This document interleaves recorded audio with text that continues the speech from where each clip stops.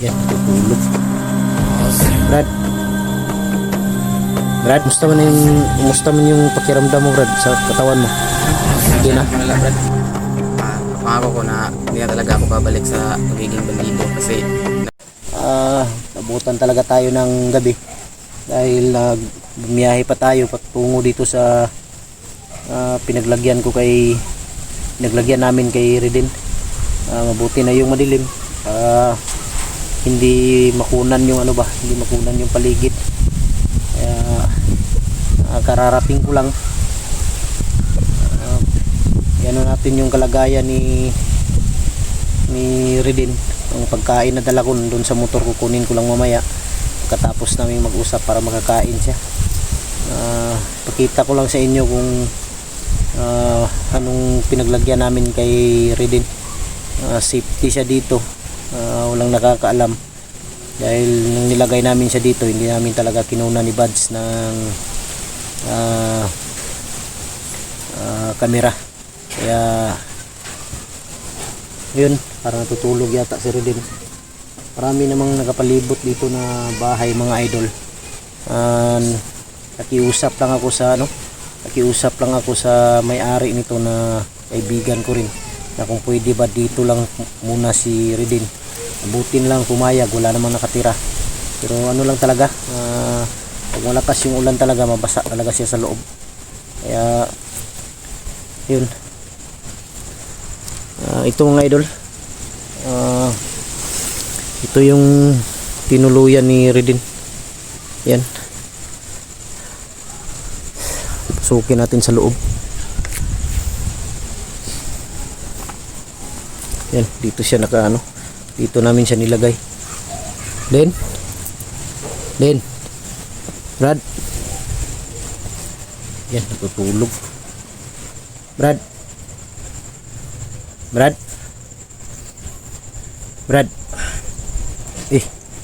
Dre, ang gabi Brad. Brad, Musta mo ka, Dre? okay naman nun, Brad. Yan mga idol, may mga kalat pa. Yan ginawa niyang Okay rin mong kaimtang, Dre? Ha? Brad, Okay lang? Brad, safety lang yun, Brad. Yung pagkain na dala ko nandun sa motor, kukunin ko mamaya, ibigay ko sa iyo. Ha? Musta yung pakiramdam mo? Mabuti nun, Brad. Okay ka na? Hindi na medyo malala. Hindi na malala. Dito tayo, Brad.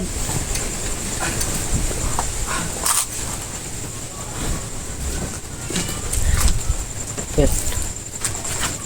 Okay na ka? Yeah, Brad. Walay nagkuhan si Madre, walang maligid. Hindi naman sila makaaligid dito dahil hindi naman alam yung lugar. Wala man, Brad. Dito ko gikan sa kuan, napo ko giat to kanina raman ta ko. Napo mo ko giat to matong yunaran ako sa lolo. Kaya man di ka kakadari. Kaya kay Brad. Safety ang punon, Brad. Ayos. Tugnaw lang no. Tugnaw lang, Brad. Kaya di kayo kuhan. Magkusog ang ulan. Suglan yung tubig. Kaya dikit ng gani ko nila sa kuhan gani gamay. Yung malakas yung ulan kagabi, napasukan ng tubig. Napasukan dito nga ako miga. Dito ka dito ka lang banda. Walang tulo diyan, wala. Wala. Kasi doon sa kabila meron. Doon sa kabila meron no. Ito lang yung tinirhan ni Redin, mga idol. Dito muna siya pansamantala habang hindi pa kami nakakita talaga ng maayos na kanyang matirhan. Dahil wala pa tayo sa ngayon. Kaya dito lang muna siya. Tiis ka lang muna dito. Hindi ka magtatagal dito, ililipat kita. Hanapan kita ng malipatan na mas maganda. Kahit magbayad tayo buwan-buwan. Kaya dito ka lang muna. Nagdala ko ng pagkain mo, konsumo para may ka araw-araw. Dito ka nagluto? Saan ka nagluto? Sa labas. Doon ka sa labas nagluto? Sa hayo. Doon daw siya sa labas. Dito sa loob. Pag ulan dito ka sa loob. Doon daw siya sa labas nagluto, mga idol. Okay lang yung mga dito, yung kapitbahay mo. Okay lang. Wala namang problema dahil paalam naman tayo sa may-ari. Ito. Kaya Baka siguro, baka may pera ako bukas. Bilang ako mangako. Dalan siguro kita dito ng solar kahit maliit lang para may ilaw ka lang tuwing gabi ba? Ha? Sige Brad. Para Brad. yan mga idol, malakas na naman yung hangin. May bagyo kasi. Dalan kita ng solar dito. Kahit maliit lang na solar, importante may ilaw ka dito ba? Kasi mahirap dito pag walang ilaw.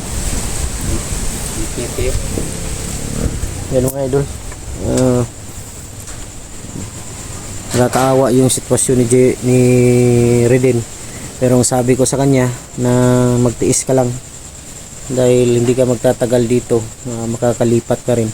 Doon daw siya mabasa mga idol pag malakas ang ulan. Kaya dito daw siya lilipat para hindi siya mabasa. Yan. Mabuti yung gabi natin pinuntahan kasi hindi makita yung buong area. Hindi masilip ng kalaban na nandito siya. Kumusta man yung pakiramdam mo, Brad, sa katawan mo? Hindi na Okay na? masyadong malala Brad. Medyo okay na. Doon ka naligo kanina doon ka naligo sa may balon? May balon dito mga idol diyan sa unahan. Doon siya naligo. Bukas siguro kung may bakante ako, babalik ako dito para magdala ng damit mo. May mga extra namang damit doon ang anak ko na hindi na niya sinusuot.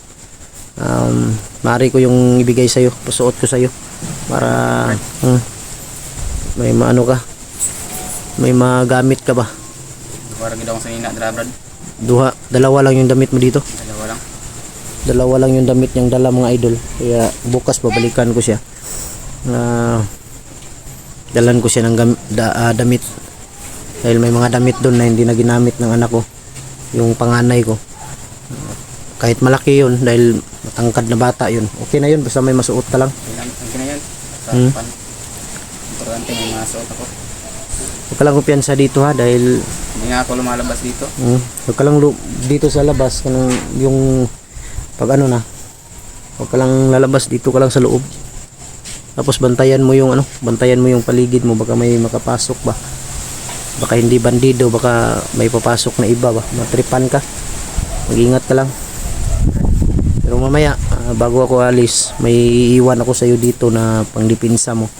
Kung sakasakaling mas maganda sana kung may cellphone ka para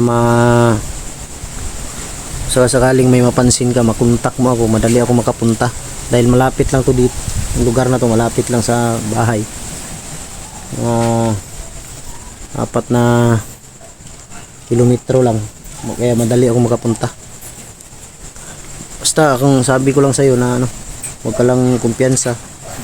Mamaya pagkatapos nating mag-usap, mag-upcam tayo, samahan mo ko dun sa unahan lang, kunin natin yung dala kong pagkain para sa'yo para may makain ka. May dun, may dinala din akong tuwalya, towel para magamit mo pagkatapos mong maligo. Mga idol, nakakaawa yung sitwasyon ni Reden dito. Wala pa kasi akong nakitang maayos na pwedeng paglagyan sa kanya. Iwan ko lang si Buds siguro. Tulungan namin ni Buds na manapan namin siya ng matirahan. Yung ko Brad. Wala nga sana ba yung asawa ko ba? Yun ang pangako namin sa iyo na anong nangyari sa kanya din. tutulungan namin yun. Huwag ka lang mag-alala, maghintay lang tayo. Pagbalik ko ng bundok, yun ang mission ko, na matulungan din yung asawa mo na makuha para makasama mo kung sakasakali makahanap kami ng matirahan mo na maayos. Makasama mo siya, tapos para maganda na yung buhay mo. Basta yung sabi ko lang sa iyo na wag ka na talagang babalik sa pagiging bandido dahil wala kang makukuha dyan. So, kung sa bagay hindi ka naman talaga kusang pumasok sa pagiging bandido, nalinlang ka lang, na-recruit ka dahil pangako, trabaho, kagaya ng nangyari kay Jerry at kay Berto. Trabaho yung pangako, pero sa bundok sila dinala para maging isang bandido. Kaya tutulungan ka namin, abot ng aming makakaya. Huwag ka mag-alala. Importante lang, safety ka dito ngayon. Kaya pinagpapasalamat din sa may-ari nito na pumayag, na kaibigan ko.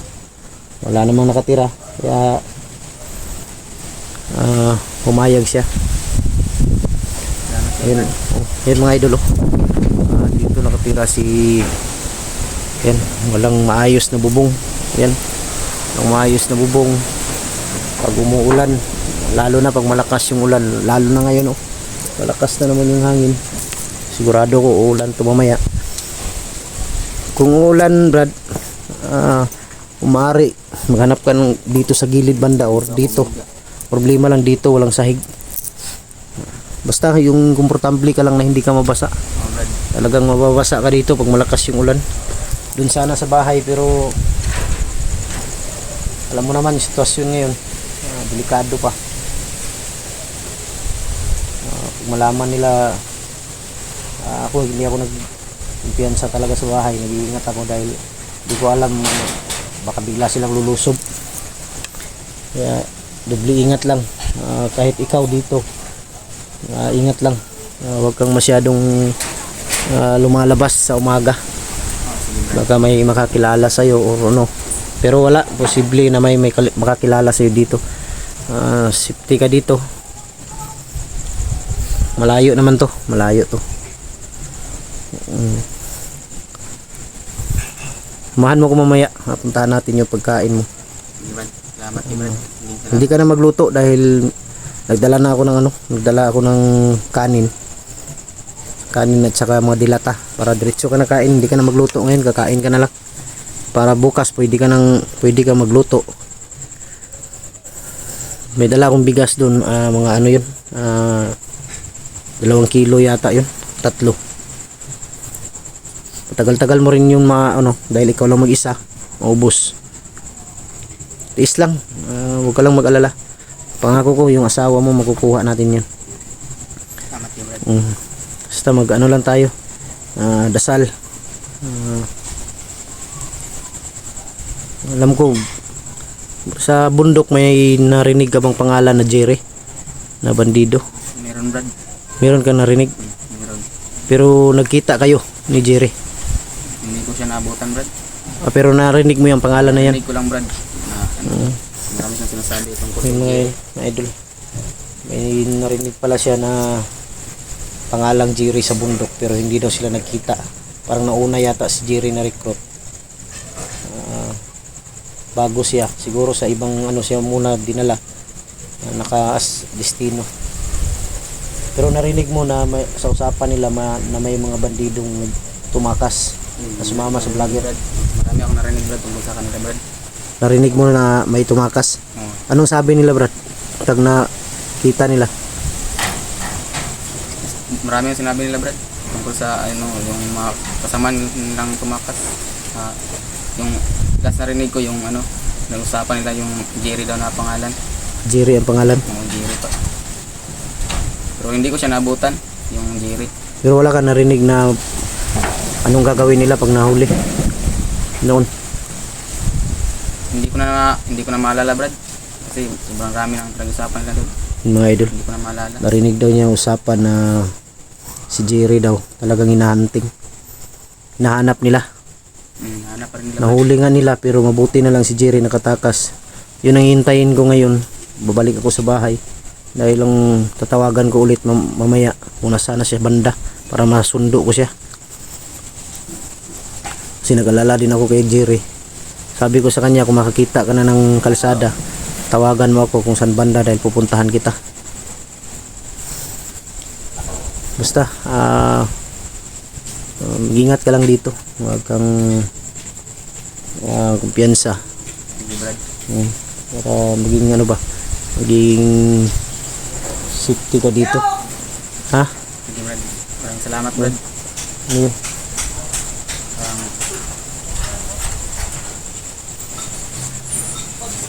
Oh, sumigaw. May sumigaw ah. Siguro kapitbahay lang yun. Kahit bahayan Brad. Kapitbahay yun. Sumigaw. Yun Brad, hindi na ako magtagal dahil gabi na. Uuwi pa ako. Galing pa ako kay Lolo. Alam mo naman siguro kung sino si Lolo, yung Narinig ko na yun. narinig mo si Lolo sa usap. Narinig ko na yun Brad. Yung mga idol, alam daw niya kung sino si Lolo, narinig daw niya na usapan. Anong sabi nila Brad tungkol kay Lolo? Marami sila sinasabi Brad tungkol din kay Lolo. Nung narinig ko, hindi daw kami magkumpiyansa sa bata kasi yun daw yung tinatawag lang Lolo. Oh, yung bata. Tama. Hindi daw kami magkumpiyansa. Yun ang sabi nila. Yun mga idol. Narinig pala ni Redin yung tungkol kay Lolo. Hindi na siguro ako magtagal dahil gabi na. Kailangan ko pang umuwi. Samahan pa ko ni Redin palabas dahil nandun yung hindi kasi mapasok ang motor dahil maliit lang yung daanan. Kukunin pa namin yung pagkain niya. Maraming salamat mga idol. Ma-update natin si Redin. Yan, hindi na ako magtagal din. Sige Brad, salamat Ano mo Brad. sasabi mo sa mga supporter natin, sa mga